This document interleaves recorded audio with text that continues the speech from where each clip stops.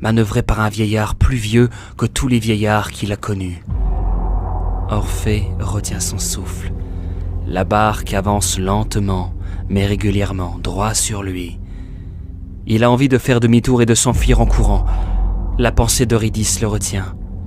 Ce vieillard qui pose sur lui un regard perçant n'est autre que Charon, le passeur.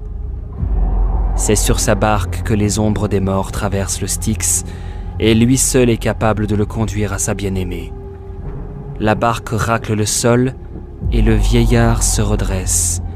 Il examine longuement Orphée avant de constater « Tu n'es pas mort !»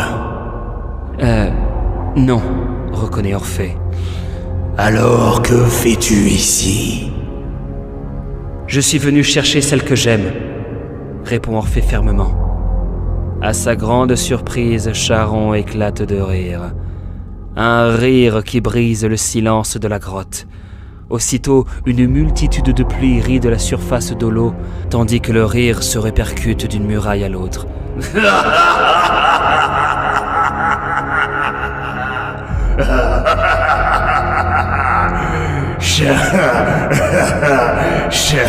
Chercher celle que tu aimes.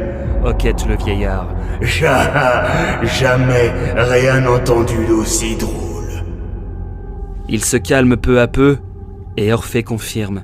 Oui, elle se nomme Eurydice. Charon fronce les sourcils. Eurydice, ce nom me dit quelque chose. Oui, j'y suis. Je l'ai fait traverser il y a quelque temps.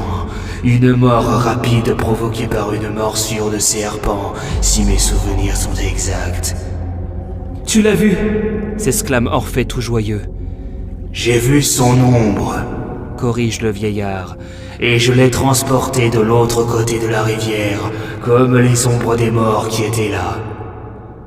Charon, me conduiras-tu de l'autre côté du Styx ? Demande Orphée.